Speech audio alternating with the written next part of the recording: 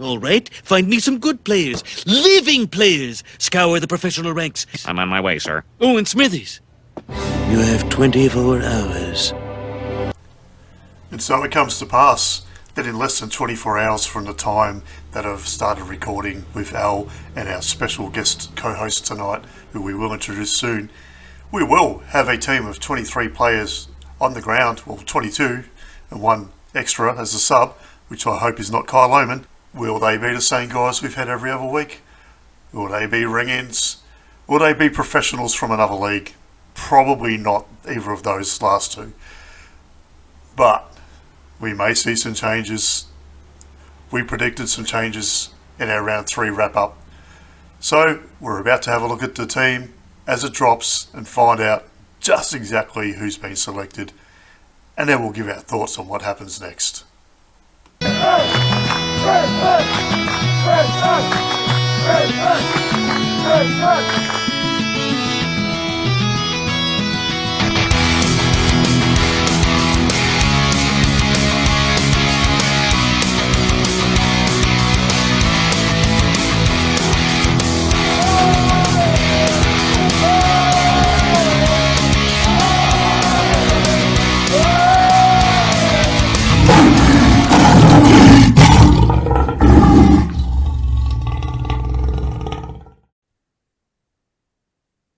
All right, Al, welcome back this week.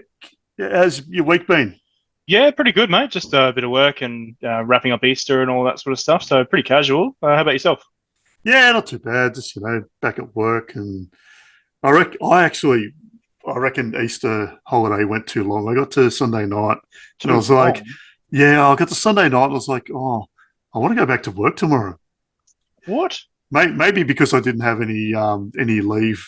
Okay. Well, then that explains it. and I was looking at my bank balance, but yeah. So tonight we have an extra special guest co-host. Yes, and that is another Lions nuffy like ourselves, Deb Smith. Welcome to the podcast, Deb.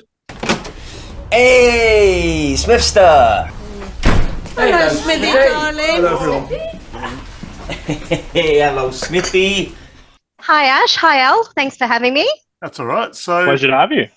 Yeah, just before we get into everything else, tell us a little bit about yourself and how you became a Lions fan and anything else interesting. Oh, gosh. I am a die-hard Lions fan. Have been since my sort of early teens when I was old enough to understand what football was, even a little bit before that, actually, probably 10 or 11. Mostly started from my mum won a couple of tickets to go see a game. We played against Essendon back in 2000. I'm dating myself here. I'm mid-30s. And everyone just assumed that my sister would go, and I jumped a massive fit. And I'm like, no, why aren't we flipping for it? So ended up flipping for it. I won the tickets. We were meant to get smashed by Essendon, and we beat them by 70 points. And Mum always says she created a monster because I went from not really understanding or knowing anything about football. Like I grew up in Victoria. I live in Queensland now, but so I'd always been around it and I'd gone to games, but I was too young to really understand it before then. And just created this absolute monster. And I can count on my hands the number of games I've missed at the Gabba since then. So wow, impressive. Die hard. Yes. And you get to sit in the very special seats at the Gabba. I do. I'm a member at the Gabba, so I have pretty much, if it's the cricket season, right behind where the bowler lines up in the bar on the top tier, best seats in the house. Spot. Yeah, nice, very nice. Very lucky. And also at the MCG, I believe you sit in the MCC members area. Yeah. Dad put us down for membership at the G the day after we were born, and the only reason it wasn't the day we were born was they hadn't settled on my middle name. So yeah, I've been a full member at the G since I was 21. Nice. I want to say, and the only grand final I've missed in the last decade is the Perth grand final for obvious reasons. Obvious reasons, which I was really dirty about. So even the Gabba one, I actually got into the Gabba grand final not through my Gabba members, but through my MCC members. So that was pretty cool. Yeah. But also got me to Lords, so that was pretty cool too.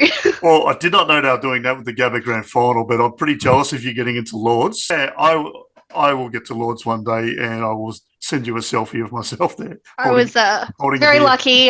My sister agreed to a 6-week trip to Europe solely so I could go to Lords for the cricket. So Wow, we planned the very whole nice. trip around it. So I'm as much of a cricket nuffy as I am a Lions nuffy. So This is why we're friends. it is why we're friends. So, just a quick question before we get into it: how does Lords compare to the MCG? It's really small. Yeah. Like, I always knew it was small, but it just, I don't know. I think it's maybe that stiff British upper lip. You don't quite get the same crowd atmosphere. I say this as someone, like, I was at the G when Warney got his 700th wicket, which was just the coolest experience of my life. But I've also gone to the G when, you know, there's barely anything. I was at the West Indies day 4 where there was like 3,000 people at the Gabba earlier this year. And that still felt like it had more atmosphere. Like, it was just really weird. Although it was really cool because where we were sitting to get to where the long room was, we had to go past the English dressing room. They've got the dressing room on one side and the bathrooms on the other. And as we were walking through, Ben Stokes came barreling through to go back to the dressing room and crashed into me. And he's like, "Oh, I'm so sorry. I'm so sorry." And I'm like, "No, you're a player here. Like, I shouldn't have been in your way." So that was kind of cool, I must admit. But yeah, I don't know. It was very, very formal. Yes, it does come across that way. Yeah. Yeah. But I mean, doesn't hold a candle to the atmosphere here. No, but a great At any of the grounds I've been to, nonetheless. but phenomenal experience. Yeah. One of the best of my life. So I've been pretty blessed. Yeah, good on you. That's great. Yeah. All right. Well, now that we've got through the formalities, And I've hijacked a football podcast for cricket talk. No, hey, Picked me. Hey, we go there sometimes as well. Yeah, we go on some really weird tangents that have nothing to do with anything sometimes. That's true. So I'm going to read out some names now. And when I get to the end of it, I want you guys to see if you can tell me what's the significance of those names. So you want to finish first and then we answer at the end? Yeah, Okay, cool. So I'll tell you when. Pop quiz. All right. So Logan McDonald, Brodie Myercheck, Bailey Fritsch, Todd Marshall, Ben King, Mitch Owens, Ben Brown, Tom Lynch, Jeremy Finlayson, Kyle Langford, Josh Tracy, Ollie Henry, and Jai Amos. Ooh. I'm trying to find a connection. What do you reckon they have in common? Ooh. Is it their junior club? Their under 18s club? Nope. I'm assuming it's nothing to do with free agency because otherwise you'd include Hugh McCluggage on that list. Well, maybe Hugh McCluggage is already playing for us and they're not. But that's not what it is. People that could potentially come to Brisbane. Oh, no, I like some of those names. Don't like some of the others. I would love to get Jai Amos. That's a busy off-season. Jai Amos would be such a good pickup, but no, that's not what it is. I'll give you one more guess. Ooh. People that have been dropped from their squads out because they're out of form? Don't think Jai Amos has been dropped. He's missed through injury. All the other guys have probably been dropped, but no, that's not what it is. I don't know. I'm clutching at straws here. All of those guys are key forwards. They're in the top 3 forward targets in their team each week. Mm-hmm. And they all average less contested marks per game than Eric Hipwood. Oh, okay. All right. Now I'm going to add a couple more names. All of those guys that I've just mentioned, plus Nick Larkey, Oscar Allen, and Jeremy Cameron, they all average less contested possessions per game than Eric Hipwood. So that brings me to all the nuffies on the internet. You already know my thoughts when it comes to hippies, so... Who rant and rave and carry on, and there's a lot of them out and about tonight, about how Eric Hipwood can't take contested marks, doesn't win the ball in packs and in contests, and he's soft as butter, and he's not that good. Well, he's actually doing pretty goddamn good considering, if I could pick one player from any other club to have, it'd be Oscar Allen. He's on the list. Jeremy Cameron's on the list, who's supposedly in the top 3 players in the comp, according to the media. Don't want Jeremy Cameron at our club. Still haven't given him 40 did Harris Andrews. I agree, Deb. I agree. Logan McDonald was I'm going to say, number 2 draft pick. Yep. Tom Lynch cost Richmond a lot of money, and yet Eric Hipwood is outperforming them in contested football. Wow. Well, you already know my thoughts on Hippie, but I'm going to repeat them here for everyone Right. else who doesn't. Please do. Eric Hipwood does not get enough credit for what he provides to our forward line outside of a tall marking forward target inside of 50. His defensive pressure and what he does to remove players away from other players such as Charlie Cameron, Cam Rayner, Zach Bailey when he's playing in the forward 50, Link McCartney, to allow them to do what they do. They wouldn't have the chance or the opportunity to do what they do if it wasn't for Hipwood doing what he does. And it sometimes means that he doesn't get a mark. It sometimes means that he doesn't get the possession, but it doesn't mean that but for him, that scoring opportunity wouldn't have existed. And that's not even taking into account when he plays up the field and is in the midfield and he is going at a full-on pelt at his height. It can still manage to pick up the ball on the run and carry on, despite the fact that he looks like an uncoordinated giraffe half the time. And I mean that with all the love in the world. Like, I don't think he gets enough credit for what he does and what he brings to this team. And it really, really angers me when people go to town on him.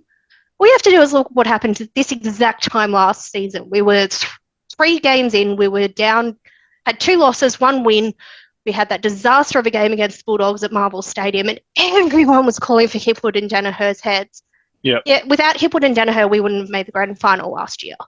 Yeah, that's true. Correct. And I mean, tying Go back on. to something that we have talked on previous episodes where a lot of the fans kind of assumed that he, be the next Jonathan Brown, but he was never meant to be the next Jonathan Brown. He can do things that Jonathan Brown couldn't, and vice versa.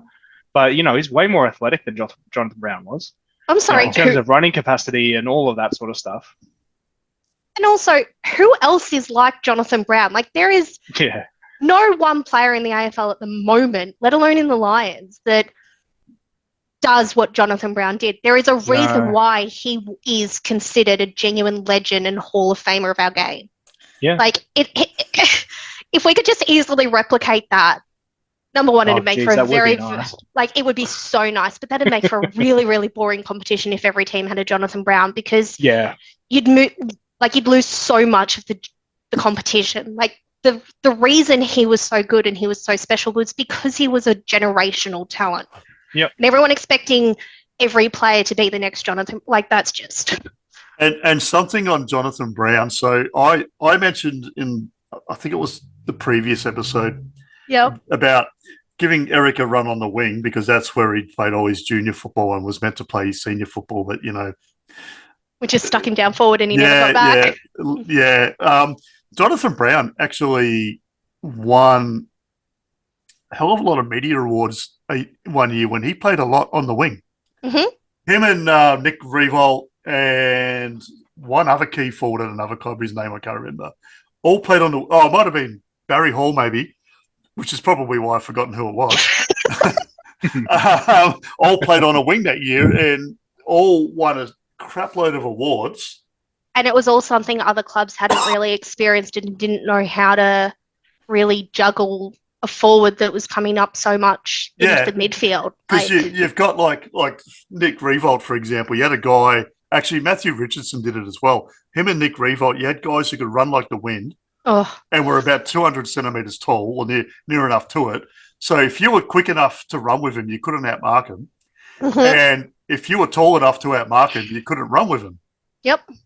And that's, in my opinion, that's where Eric Hipwood's strengths are, is that ability to run and run at speed, particularly when he gets up to a wing or somewhere around halfback and doubles back to offensive 50. Yep. Which is something we talked about off air, about the open 50 and no one being there and then guys having to double back. Eric Hipwood is one of the best guys who can actually double back quick enough. Yeah. All right, well, let's not harp on too much about Eric, because it's going to start becoming the Eric Hipwood fan cast. Just one quick note before we move on. It's not Hipwood related, but Deb, you mentioned before about what was it? Jeremy Cameron, and not liking him based on what he did with Harris Andrews. I feel like you're kind of the same player kind of the same person as me, where one player on the opposite team does something wrong, and then you just write them off completely forever. Hey. Oh, it 'Cause I'm doesn't the even have to same. be on the opposite team. I've written our players off. For, Oh yeah. and this isn't just like AFL. I've done the same to cricketers. Like if someone does something, I'm like, nah, you're not a good person. Nah, just done. Jeremy Cameron's very high up on that list. Stephen May's another one up on that list. I was just about to say I had the same with Stephen May when he bowled Steph Martin over.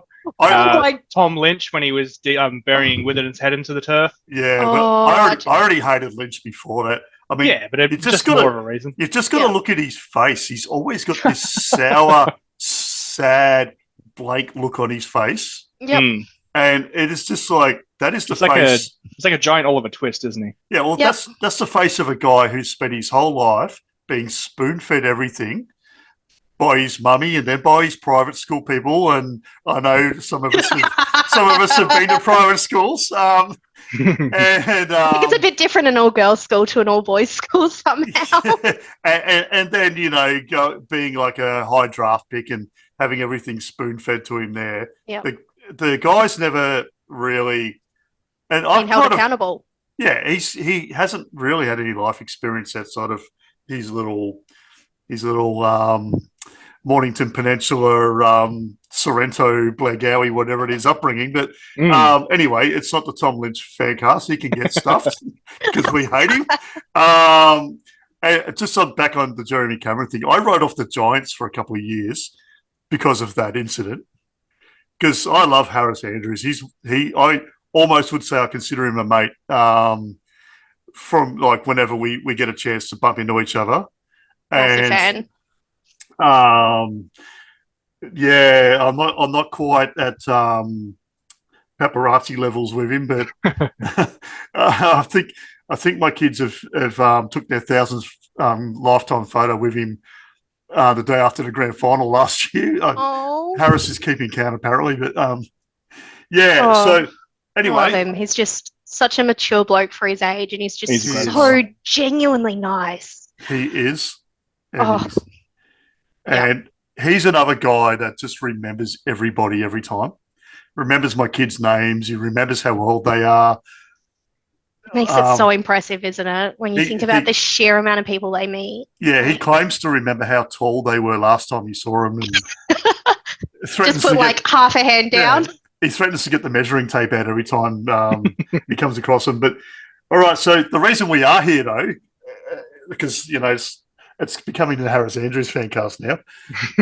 Zero problems with that. I could chat about how amazing Harris Andrews and Hippie and a couple of others are for hours. Yeah, same here. Well, we're flexible. We can adapt and we can change around.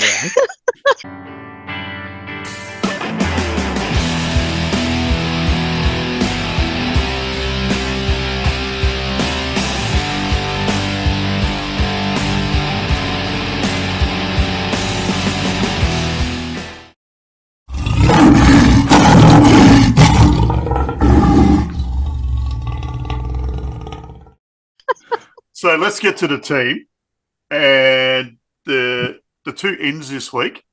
Yep. I'll go through all the changes and then we'll talk about it. So the two ins are Jimmy Tunstall, my man. Yep. Mm-hmm. And we have been pushing for weeks and weeks to get Jimmy in the team. Yes. Yep. Darcy Gardner's back. I'm so happy to see that. Another local boy from down where I live. So played all his versatility. We need that. He is Mr. Versatile. As long as he doesn't turn around and injure his knee at bloody half time again. Hey, we don't talk about that stuff.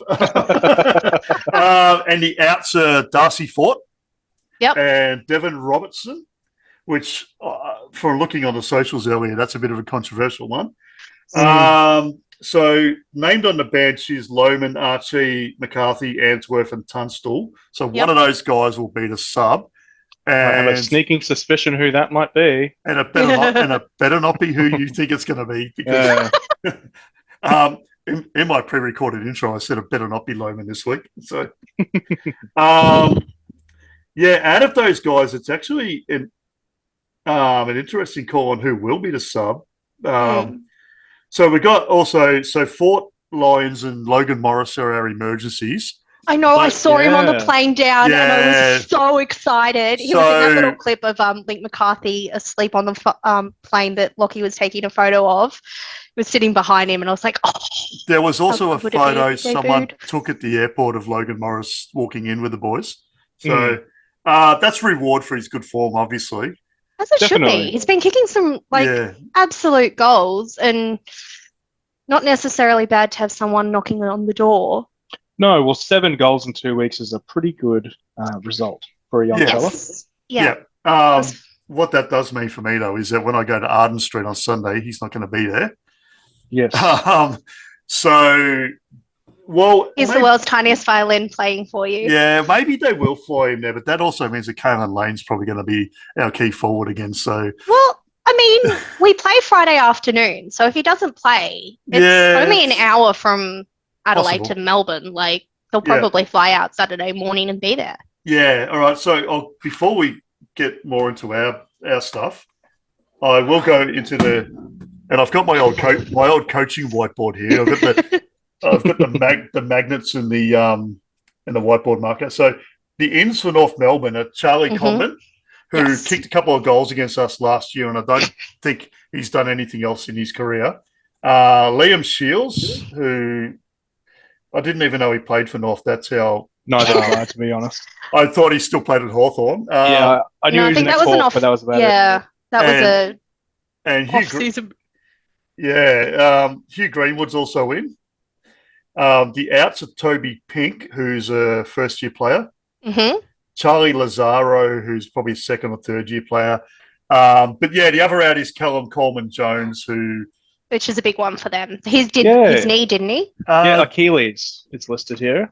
So definitely injured. So he was... He got subbed out last week. Yeah, he was a key forward at Richmond and then went to North, and I think they've been playing him as a ruckman, but I don't think they need him because Tristan Sherry's been absolutely killing it in the ruck for them. Yeah, Correct. He's pretty good. He can kick a few goals too. He's not too bad, that Sherry. Yeah, He was sort of that backup position like what Danaher plays for us, where he can go in the ruck if he's needed, but realistically he's in the side to be forward. Yeah, but when you've got Nick Larkey in your team, who needs Callum Coleman-Jones, right? True. The old Suvalaki.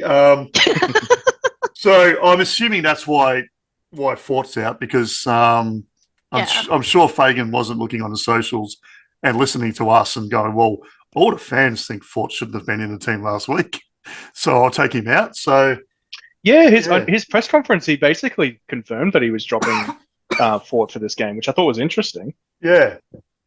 I think it's maybe the roos are a little bit shorter, particularly in their defence. So I don't think we needed that extra tool just in case. Yeah, I agree. I think having sort of the running power of Kai in the team properly or something like that might just add a little bit of more zhoomph than having another tool we on standby.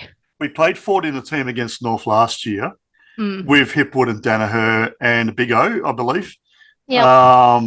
That was a good game. We won by 75 points. Yeah. Wouldn't that be nice again? Oh my God, that'd be so nice. I was looking at that earlier on the AFL app, and I forgot that North were actually leading by about nearly 20 points late into the first quarter. Yeah, they were. They absolutely decimated us in that first quarter. My memory of that game was just that we destroyed them from the get-go, and I'm looking back going, hey, maybe we didn't, but Eric Hipwood played a blinder. Of course he did. Joe Danaher kicked 5 and was our leading fantasy points player. So that was the same round. It was the week after the Bulldogs game at Marvel. Yeah, it was. After the spray in the media. Danaher had been copying it all week in the media. Yep. And then I just remember AFL 360 because they very rarely say anything about us. That's true. And I just remember them coming out and being like, on Monday, I think it was Jared Waitley came out and he's like, we owe them an apology. We were wrong. So, yes. Well, that was our 5th game of the season last year. Yeah. Oh, so 2 after. Because, we didn't have a bye early on last year. We obviously had the bye. I don't like it. I didn't like the bye this year. No. Do not like having a bye 2 weeks in. It is too early. And you're all excited because the footy season's back. And then you're like, oh, my team's not playing this week. Yeah, Yep. well, that's right, because I'm Hated it. pretty well known these days for just watching our team.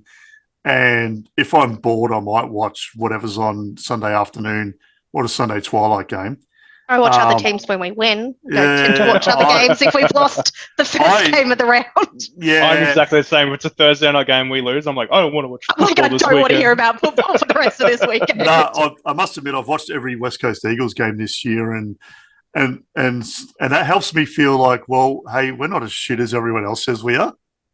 Okay, Yeah, can I they're just really point bad. out, we've lost 3 games this year. One was to the reigning premiers who'd been absolutely walloped 3 games previous, and we're coming up with something to prove. One was against Carlton, which was a prelim finalist last year. And that was only 1 point as well. And that was only 1 point. And the other one was Fremantle at home, where we only just beat them last year. And Fremantle's undefeated this year so far. So for everyone that's going on this whole thing about, oh my God, the Lions are falling apart at the seams, like, it's not like, this is going to sound really mean and it's not meant to, but it's not like we played North and West Coast and we've had massive losses. Like, Yeah. the only one where genuinely, like, it really irritates me is the Collingwood one, but that's a lot to do with more the momentum shifts in that game, where you and I have already had that conversation, Ash, and I'm not going to get on that soapbox on this podcast. I think we spent about 2 hours on that the other night. But, like, and I feel like that was a momentum shift back for Collingwood following the week previous with St Kilda because of all the hoopla that came out of that. But again, like, it's 3 games in and it's against 3 relatively good opposition teams. Yeah, I think Freo and we lost to Dean Coleman at halfway through that first game. Yeah. And I don't think anyone really genuinely realises just how much of a cog he was. But for 1 goal, he would have been a Norm Smith medalist last year. Yeah, I agree with that. He was equal in players of the finals series. He is just such a key integral part, and I don't think we've found someone to take his place yet. No. The only guy that really plays that same sort of role at VFL level is Al's mate Carter Michael, who's also injured all the time. Yeah, he's always about 10 weeks away, apparently. Well, I think he's 6 at the moment. Yeah. Jeez, that's good. I looked today and it was 6, and then I saw he's actually got a player sponsor, and I saw her talking about it on Facebook, saying that he's not far away. Oh, that's good.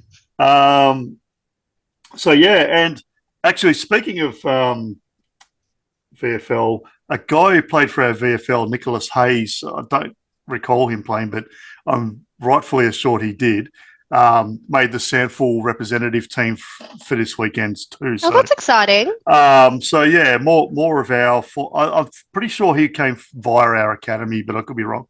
So that's more of our talent getting out there and that's really awesome. Doing really well for themselves.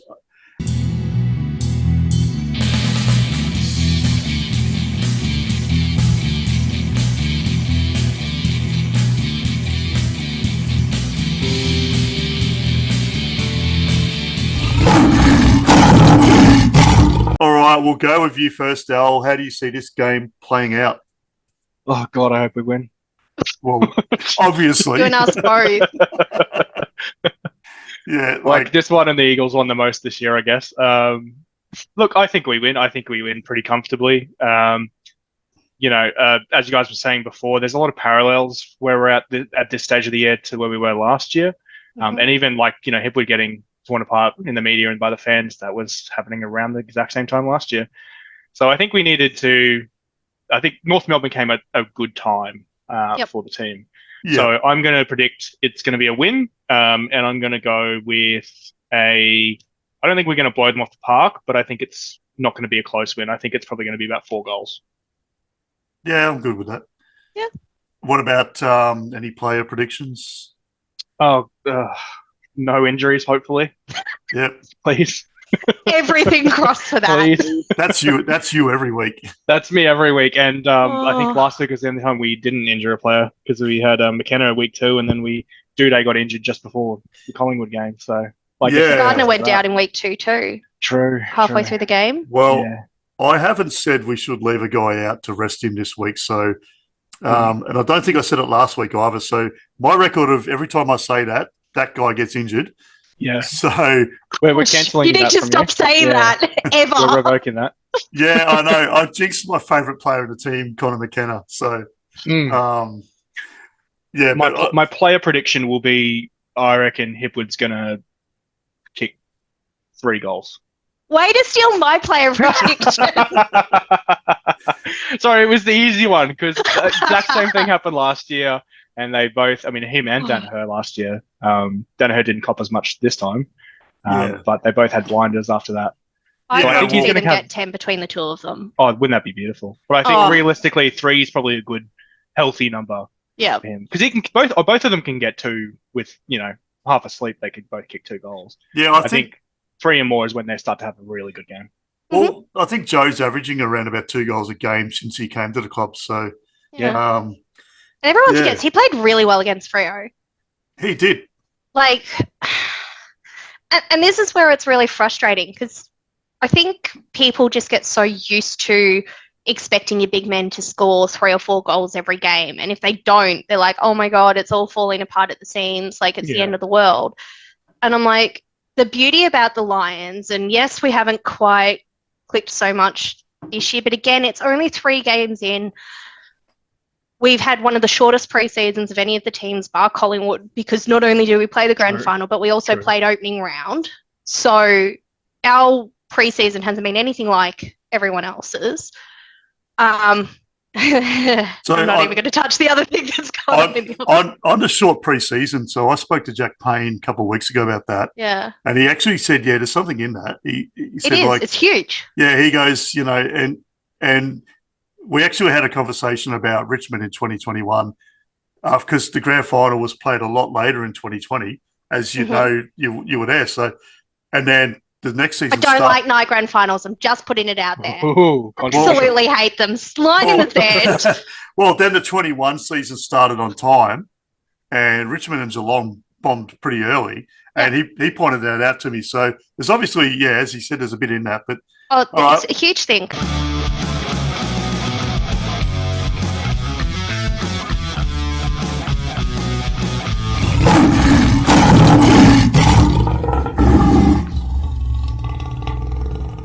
What's your prediction for the game then? I think we'll win.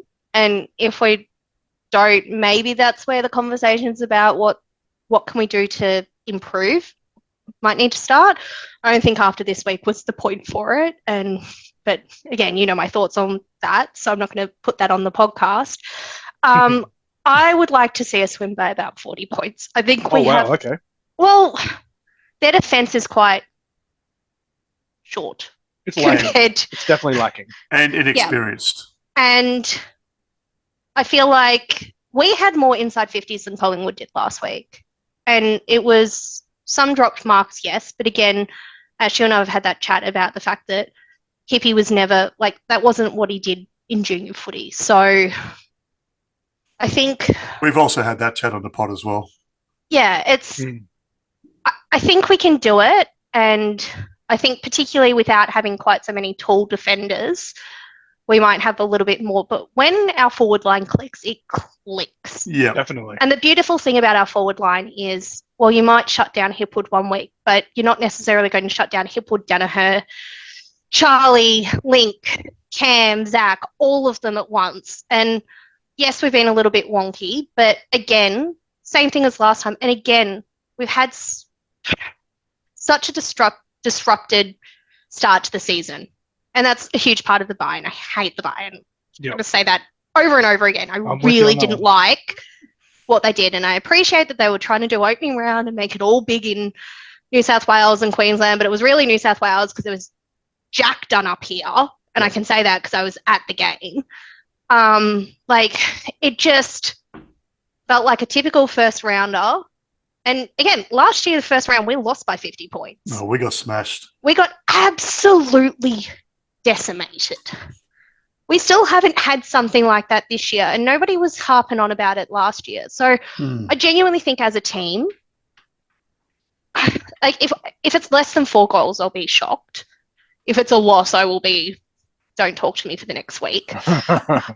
And I say that I'm going down to Melbourne for the Melbourne game next week. Like, if we lose it, oh my God, don't send me to the G with that. No, not doing it. We're going to have a win this week. And I'm going to out myself here. I won't even be at the G I know, to give you I'm support. so sad. I know. It's like you're flying all the way down to my state, and I can't go to that game. So That's okay. I'm flying to Canberra for the Giants game too. So I've been trying to get up to Canberra for a game for a while. I decided to do a couple of cheeky ones. But yeah, I'm just like, would have rather gone with a couple of wins under our belts, but that's okay. Yeah. But yeah, I genuinely think we've got a squad that's good enough to do it. Look at our last couple of track records against North Melbourne. It's been 75 points, 100 plus points. Like, oh yeah, if we weren't in the slump that we were in, I probably would have predicted a much bigger win. Yeah. But I think I'm just being a little cautious just because of a slow start. No, I think we're definitely capable of it. We'll do a Daniel Gorringe. The lid is off. We're going Al and I are massive fans of Daniel Gorringe. We think big fans. There should Number be more, 1 and 2 ticket holders. Yeah, we think there should be more of him around. Have you seen his series about the membership packs? No. Oh my God. Because I was being sarcastic, by the way. No, that is actually hilarious. Like, he does this thing and you've got to watch the Melbourne one. It is hilarious. So what does he do? Does he buy a membership pack for each club or something like that and review it? Buys. Oh, okay. So it's AFL promotion. No. It's like the Melbourne one's like, a ski membership. Like, it's a piss take. I'm actually glad that they got rid of the membership cards, and I'll tell you why. Every year, I liked picking which player I wanted each year. Every year that we were allowed to pick the player we wanted, guess what happened? Yes. Guess what happened the following year? It was a different player? No, I remember this conversation. I had Jonathan Brown, and he retired that year. No. To be fair, that was a medically required retirement. Yeah, I know, but I'm pretty sure I had Pierce Hadley, and he took off. I had Tom Rockcliffe, and he was gone the next year. Dane Beams. See you later, Dane. Probably a win there. Had Alex Witherden. Oh, Off you go, Alex. And yeah, there was others, but that's just off the top of my head. And I'm pretty sure I had the same thing with the women's as well. But so I was a jinx with my membership combining that with you going, oh geez, I hope this player doesn't get injured this week, and then they get injured. You're just not allowed to pick anything to do with players. Don't forget my my grand final curse. Although I did break that because I went to the winning women's grand final last year. Oh, that's good.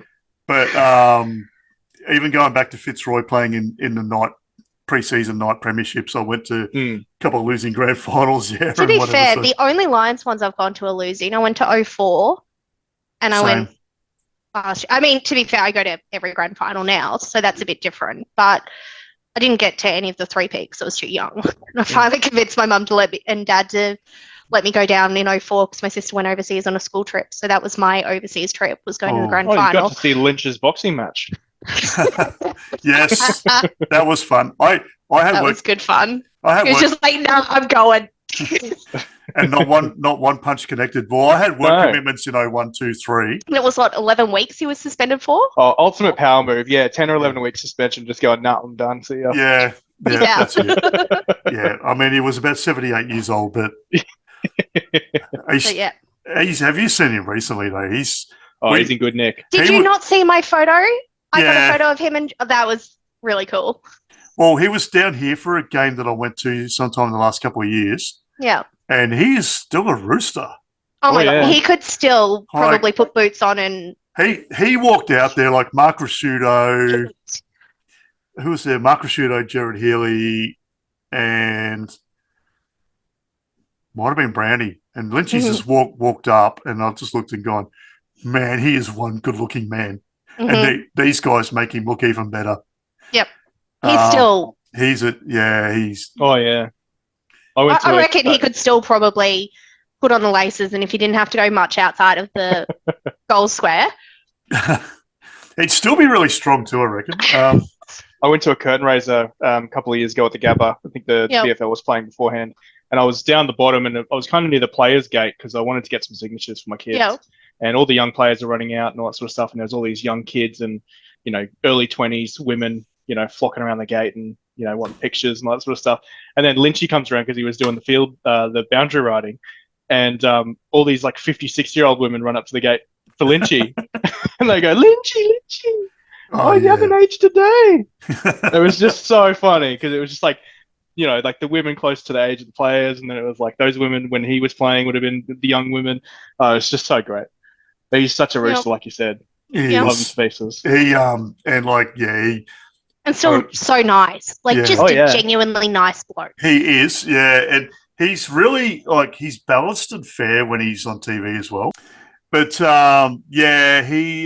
he's really pretty switched on and balanced, and he obviously knows how the modern game is played as well. Mm-hmm. You listen to some of the old blokes and you think he still wishes it was 1986. He's not caught up in the back in my day. Brian Taylor. Yeah. Oh. Opinion about BT, do you, Deb? Oh.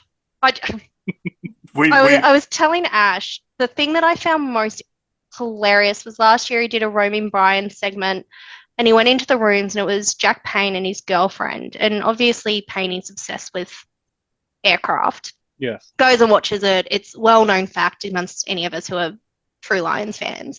Mm.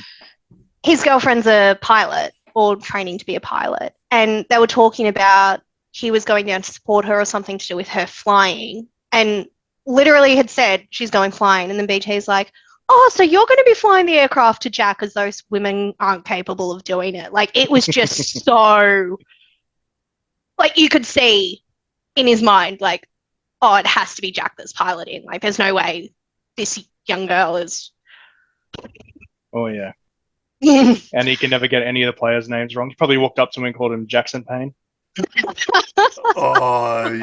It's terrible. Like, there's no excuse. Like, I understand that they commentate a lot, but, like, when you're confusing Charlie Cameron and Cameron Rayner, who look nothing alike, and who are both, like, Cam was a number 1 draft pick. Charlie is the best small forward in the competition. I will fight anyone that tells me otherwise. Like, just... Yeah. Darcy Gardner getting called Darcy Cameron when we weren't even playing Collingwood. God. Charlie Gardner, which is his uncle. Yeah. Like, and then some of the stuff they say, and you're like, that's not even the name of a single player on our list. Like, where did you even get You've just that merged from? 2 players together. Yeah, Dylan Robinson, who played for us last week. When we don't have a single Dylan or Robinson in our squad. And he got dropped this week, so Abby Holmes might be needing to learn a new player's wrong name. I mean, to be fair, it's probably not in the best form.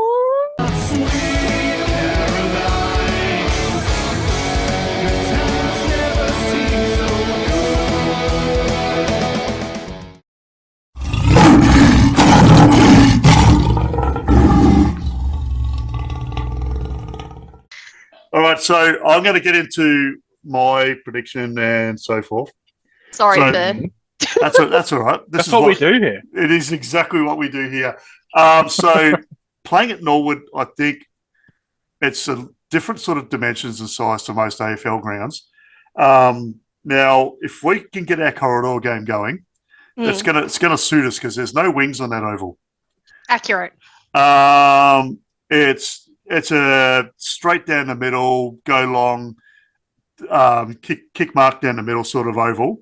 So if we can get that game going, I think we are going to win big. But like Al, I'm probably leaning towards maybe a 4 or 5 goal win, being a bit conservative. Yeah. I think 2 of our 4 main forwards will get off the chain. So 2 off Cameron, McCarthy, Danaher, and Hipwood. Yep. I don't know which 2, but I think 2 of them will get off the chain and kick 10 between them. And the other 2 will also have good games. Okay.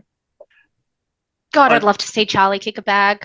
Except, no, he has to do it at the Gabba so I can hear bloody country road. He is injured. I don't. He was strapped last week. Yeah, and limping. I don't think. Yeah, he's been limping for years, but suddenly it only started 2 weeks ago, apparently. But so it wasn't there for the Carlton game. I don't think Lockie Neal's getting 30 plus this week on Norwood's ground.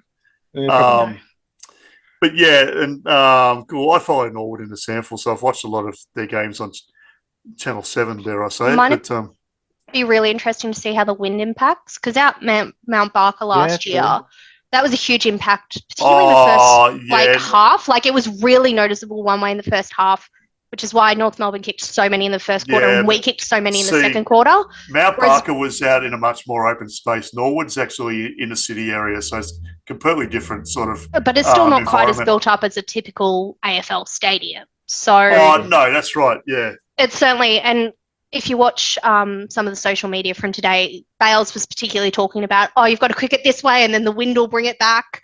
So it'd be really interesting to see how much of a factor that plays as well. He played a bit of footy. I think he played about 3 or 4 games for Norwood before he got drafted, so he would know out of anyone. Yep. Having said that, our women's team have been pretty successful playing at Norwood, so maybe I'm hoping Fags gave Uncle Stas a bit of a call and said give us some tips. Surely. So yeah, I think. I don't like wishing other players well, but I think Suvalaki will get 4, but he won't beat his opponent. So whether it's Jack Payne or Harris Andrews, he won't beat his opponent, but he'll get 4. I reckon it'll be Jack. I know they like Jack taking sort of their number one, so that Harris has a little bit more freedom to impact the contest. So, and I don't think that they'll put a tag or a cooler on Harry Sheasel. They'll just let him go getting his dinky little 10-metre disposals. Hello. Yeah. We generally look. We on occasions, like Patrick Cripps a couple of times and so forth with Dunkley, but we generally don't put coolers on guys. So, so I listened to the Ads and Dunks podcast today, so that you guys don't have to. I didn't know it was still going, to be honest. After they both. To be fair, I've never listened to their podcast, but I do see the bits and bobs that they put on social media. I love Josh Dunkley, obviously, because he plays for us, but he's very vanilla. Yep. Adam Treloar is a bit of a nuffy. He seems like a lovely guy, but he's a bit of a nuffy. So yeah, I listen to their podcast, so no one else has to. And it's a noble sacrifice. Thanks for taking one for the team. So I've done that before. Dunks was sort of, I got the impression that he was going to play more of a possession game than a stopping game this week. Okay, well, that's good. Yeah, because I like watching his defensive midfield work. He also talked himself up as potentially getting on the goal kickers list. He said that's been a bit of a focus this week. The game tomorrow is at 4 p.m. here in Queensland, which is so stupid. I was going to mention that. It's such a weird time. It's even 4:40 local time for them, so it's not even a normal time for them. It's just... The other thing with that too is I'm pretty sure, and I'll have to double check this, but I'm pretty sure it's only on Foxtel and KO. Oh, that's okay. I've got Foxtel solely, so I can watch the footy and the cricket. I will state as well, if we don't win tomorrow, it's a tough road ahead for the next 3 games. It is, because we've got, what have we got? Melbourne and the Giants? Melbourne at Melbourne, Geelong at home, Giants at Manuka Oval in Canberra. Correct. How do I know? I'm going to all 3. I'm not. Let's go to Canberra. Look, I am. Because it's Anzac Day, so... yes. I've got a mate who lives down there. So we've got an Anzac match. So I'm going to go the night before and go to the dawn service as well, which is pretty cool. At the I'm not totally sold on Geelong or the Giants at the moment. Quality of opposition is a little bit questionable. But that's the thing, again, you need to look at who we've played versus who they've played. Yeah. And they're 2 very different kettles of fish. And there's a little rumour going around that Tom Hawkins might be injured. Oh. Just around my town. And Tom Hawkins is very lucky he didn't cop a massive fine last week. Yeah, it's, And listen, I understand he's a farmer, rain radars. I haven't had a conversation with my grandfather for the last 2 decades of his life that didn't involve discussing rain and dam levels. But the trainer should have known better. And I know that they said it was one of the club's approved devices, but God, it's a bad look. I would have fined the trainer for handing it to him. I should have. Yeah. Collingwood copped a $20,000 fine for Elliot and what's his name? It was DeGoey and DeGoey. Yeah. But I mean, this is where it really frustrates me, the AFL. Imagine being a trainer and being on 60K a year and copping a $20,000 fine, though. No, but it wasn't. It was the club. So Howe Yeah. and DeGoey, the club copped the fine because the club is responsible for devices in the room. Eddie Maguire would have just wheeled his checkbook out. Yeah. All right. Well, let's wrap that up. And Terrible. Sorry, guys. No, no, we love it. I will be messaging both of you during the game.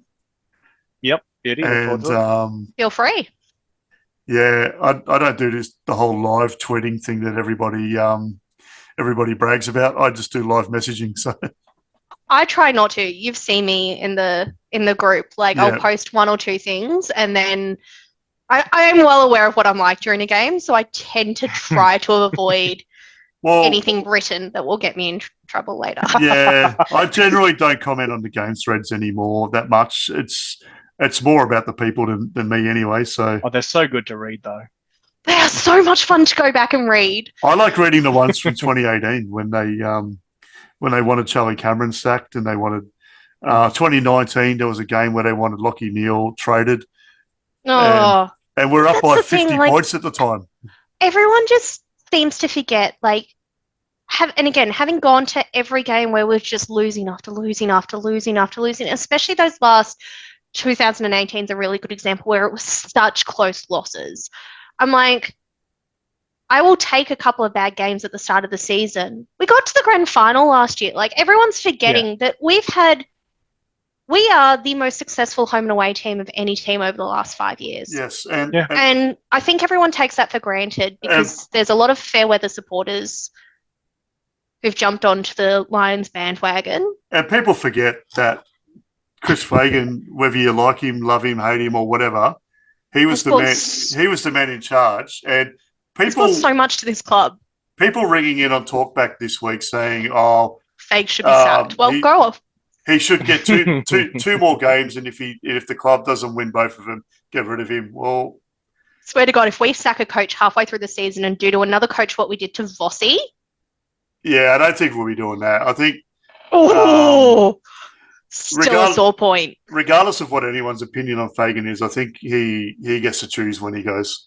As he should. Yeah. He's done so much, and not just on field, off field. He has done so much for the culture of our club.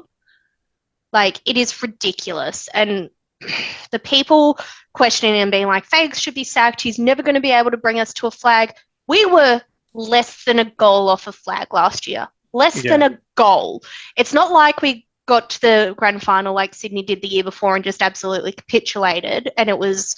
Or Giants 2 years earlier, 3 goals for the whole game. Yeah, exactly. That was fun to watch.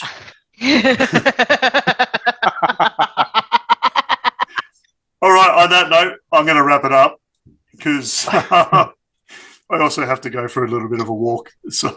Oh, okay. Well, thanks so much for having me on, guys. Right. I've really enjoyed this. It's been so much fun. So it's always nice gabbing with a couple of fellow Lions supporters. Oh, yeah.